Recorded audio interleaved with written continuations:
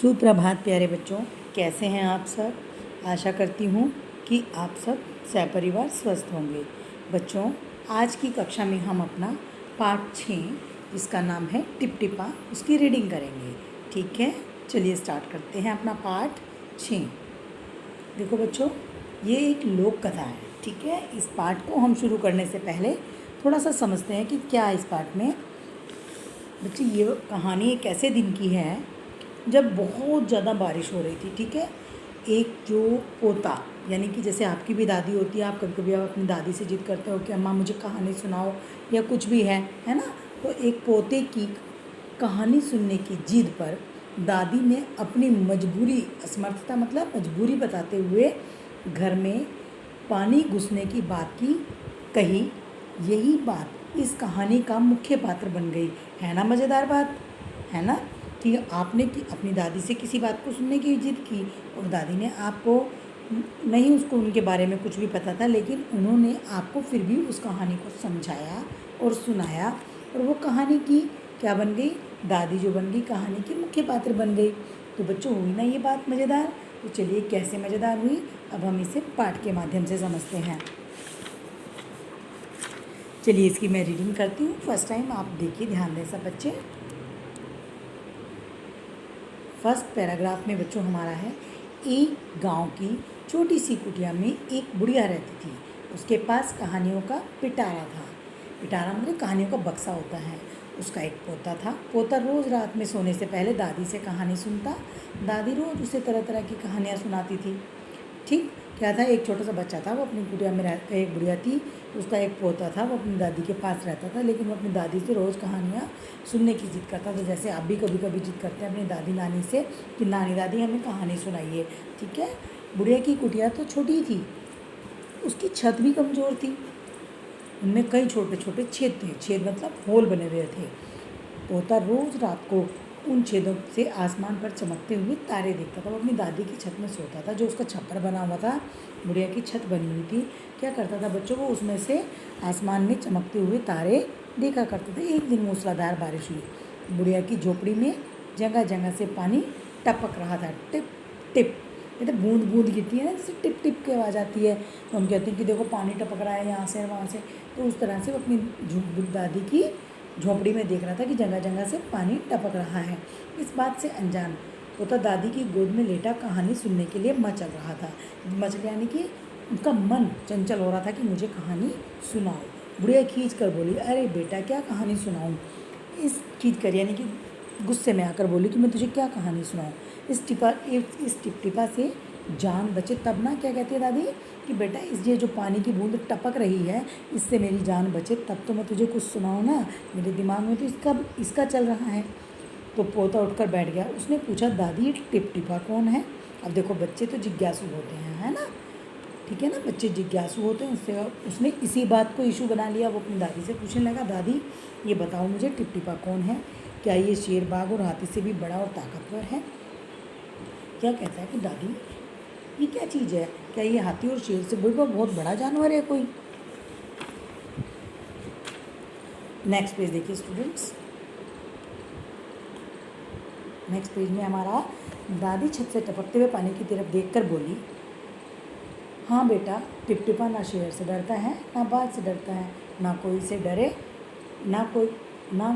कोई किसी से डरे न डरे, पर टिपटिपा से ज़रूर डरे। वो क्या कहते हैं दादी अब बच्चों को समझाने के लिए कि बेटा कोई किसी शेर से डरता, किसी से डरता, लेकिन टिपटिपा से जो शेर और हाथी है ना, ये शेर है और बाघ है, ये भी डरते हैं। संयोग से मतलब कहते हैं भाग्य से, मुसीबत का मारा एक बाघ बारिश से बचने के लिए झोपड़ी के पीछे बैठे थे। तो बारिश आ रही थी बड़ी तेज़ तेज़, और एक बाघ था। वो जो बाघ होता है ना, होता है जानवर, तो वो क्या झोपड़ी के पीछे बैठ के बेचारा बाघ बारिश से घबराया हुआ था। उसे भी डर लग रहा था। बारिश की बूंदें जब टप टप पड़ती हैं कमर पर, तो ऐसा लगता है जैसे ओले बरस रहे हैं, पत्थर पड़ रहे हैं, है ना। बुढ़िया की बात सुनते ही वह डर गया। उसने सोचा, ये टिपटिपा क्या भला है, क्या मुसीबत है ये, ज़रूर ये कोई बड़ा जानवर है। तभी तो बुढ़िया शेर, बाघ और हाथी से अधिक टिपटिपा से डरती है। तो वो सोचने लग गया। उसने सोचा कि हो सकता है कि टिपटिपा कोई बहुत बड़ा चीज़ है जिससे कि शेर, बाघ और हाथी भी अधिक डरते हैं। इससे पहले कि बाहर आकर वह मुझ पर हमला करें, मुझे ही यहाँ से भाग जाना चाहिए। ये कौन सोच रहा था बेटा? बाघ सोच रहा था कि ये शायद कोई बहुत बड़ा सा जानवर है जो मतलब हो सकता है मुझसे भी ज़्यादा ताकतवर। तो डर के मारे वो बैठ गया और वहाँ से सोचने लगा कि मुझे भी यहाँ से भाग जाना चाहिए। बाघ ने सोचा और झटपट वहाँ से दुम दबाकर भाग गया। दुम गया, ठुम ठुम ठुम ठुम करता हुआ, ठुमकता हुआ वहाँ से भाग चला गया, भाग गया। उसी गांव में एक धोबी भी रहता था। धोबी कौन होता है पता है? जो कपड़े धोता है। सुबह उसका गधा कहीं भाग गया था। अब क्या था बच्चों, धोबी किसे ढूंढ रहा था? धोबी अपने गधे को ढूंढ रहा था। क्यों ढूंढ रहा था? क्योंकि धोबी का गधा घर से भाग गया था। धोबी उसे ढूंढता हुआ सारा दिन बारिश में भीगता रहा, लेकिन गधा कहीं नहीं मिला। धोबी की पत्नी बोली, जाकर गांव के पंडित जी से क्यों नहीं पूछते कि गधा कहाँ गया है? वे बड़े ज्ञानी हैं, आगे पीछे सबके हाल की उन्हें खबर रहती है। उसकी पत्नी कहती है, किसकी पत्नी? धोबी की पत्नी। किसको कहती है? धोबी को, कि तुम जाकर पंडित से क्यों नहीं पूछ कर आते कि मेरा गधा कहाँ चला गया? वैसे तो वो सारे शहर की जानकारी रखती हैं, सबके उनके बारे में पता रहता है। ये तुम्हें ज़रूर बता देंगे कि हमारा गधा कहाँ है। ठीक है बच्चों, नेक्स्ट पेज है ना इंटरेस्टिंग स्टोरी। अगला पेज देखिए।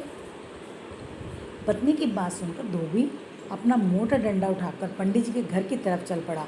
पत्नी जैसे ही पत्नी ने उसको समझाया तो वो क्या किया, धोबी ने अपना डंडा लिया और घर से पंडित जी के घर की तरफ निकल पड़ा। उसने देखा कि पंडित जी के घर में बारिश का पानी भरा है।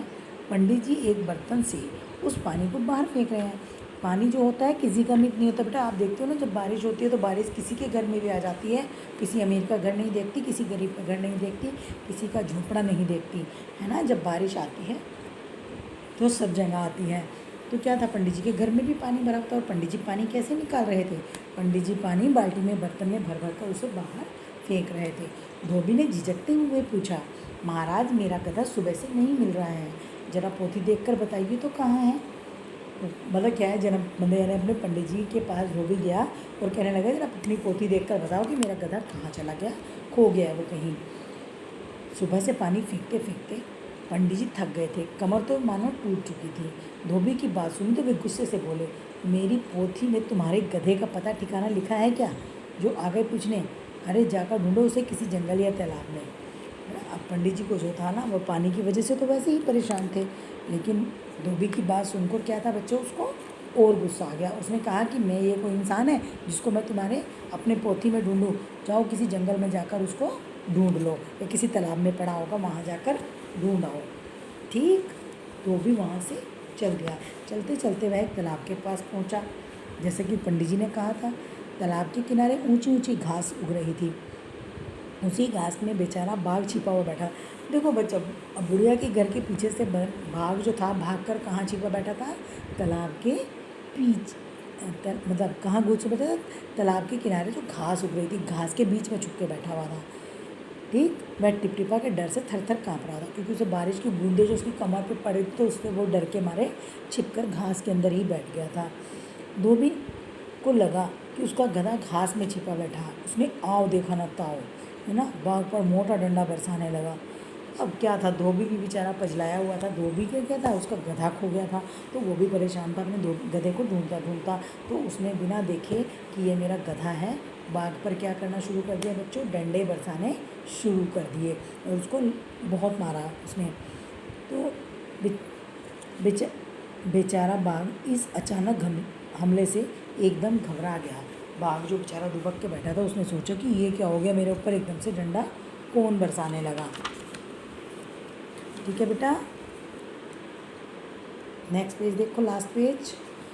डर के मारे बाघ का गला ही बैठ गया, उसकी अकल भी काम नहीं कर रही थी। उसने सोचा, लगता है यही टिपटिपा है। अब जो बाघ जो था डर के मारे छिपा हुआ था, वो किसके डर से छिपा हुआ था? वो टिपटिपा के डर से था, छिपा हुआ था। तो उसकी अकल जो थी डर के मारे काम नहीं कर रही थी। वो सोच रहा था कि कहीं सचमुच में यही तो नहीं है टिपटिपा, कि आखिर इसने मुझे ढूंढ ही लिया। वो तो टिपटिपा के डर से छिप कर बैठा था, उसे सच में नहीं पता था कि टिपटिपा क्या था। अपनी जान बचानी है तो यह जो कहे चुपचाप करते जाओ। अब बेचारा बाघ फंस तो गया ही था। उसने सोचा कि जो करना है चुपचाप, अब जो अपनी जान अगर मुझे बचानी है तो मैं जैसे ये कहता है उसके साथ करता चला जाऊँ। धोबी ने बिना देखे घास में छिपे बाघ का कान पकड़ा और घसीटता हुआ चल पड़ा। धोबी ने भी क्या किया, बाघ को खींचा, उसका कान पकड़कर खींच लिया और घसीटता हुआ ले गया। चलते चलते वह बड़बड़ाता रहा, आज तूने मुझे बहुत परेशान करके मार मार कर तेरा कचुम्बर निकाल दूंगा। वो क्या समझ कर मार रहा था बाघ को? गधा समझ कर मार रहा था, है ना। तो वो किसे घसीट कर ले जा रहा था बच्चों? बाघ को घसीट कर ले जा रहा था। अच्छा, बिना चू चपट किए भीगी बिल्ली बना बाघ धोबी के पीछे पीछे चल दिया। अब बेचारा जो बाघ था वो भी फंसा हुआ था, वो भी चुपचाप क्या कर रहा था, धोबी के पीछे पीछे निकल लिया। घर पहुंचकर धोबी ने बाघ को खूंटे से बांध दिया और सो गया। अब धोबी ने भी क्या किया, बाघ को अपने घर ले गया। क्या समझ कर ले गया था? गधा समझ कर ले गया था, और गधा समझ कर ही उसने उसे उसके खूंटे से बांध दिया, यानी कि जहाँ को हम जानवर को बांधते हैं वहाँ उसने उसको बांध दिया। बाघ धोबी के घर बंधकर भी खुश था। जो बाघ था ना बच्चों, जो डर डर के बैठा था टिपटिपा के डर से, तो वो धोबी के घर बंधा हुआ था, लेकिन धोबी के घर बंधने के कारण भी वो बहुत ज़्यादा खुश था। लेकिन वो सोच रहा था, टिपटिपा के हाथ तो आए पर जान बची तो लाखों पे। चलो टिपटिपा ने मुझे पकड़ लिया तो कोई बात नहीं, कम से कम उसके हाथ तो आ गए, हाथ पर मेरी जान तो बच गई। वो कहते जान बची लाखों पाए। बच्चों ये कैसी कथा थी? ये एक उत्तर प्रदेश की एक लोक कथा थी, ठीक है। कैसी कथा थी? उत्तर प्रदेश की लोक कथा थी। इस पाठ से हमें क्या शिक्षा मिली बच्चों? कि जो डर होता है ना, डर हमारे अंदर जो डर बना हुआ होता है, डर बलवान और बुद्धिमान। बलवान कौन होता है? ताकतवर। बलवान और बुद्धिमान के बल और बुद्धि यानी कि सबको समाप्त कर देता है, ख़त्म कर देता है। ठीक है बच्चों, आशा करती हूँ कि आपको ये पार्ट 6 की स्टोरी अच्छी लगी होगी। आप इसे एक बार अपने आप से पढ़िए, और फिर भी कुछ आपको कन्फ्यूज़न लगे तो आप मुझसे पूछिएगा। धन्यवाद बच्चों, आपका दिन शुभ रहे, आप स्वस्थ रहें। मिलते हैं अपनी अगली कक्षा में।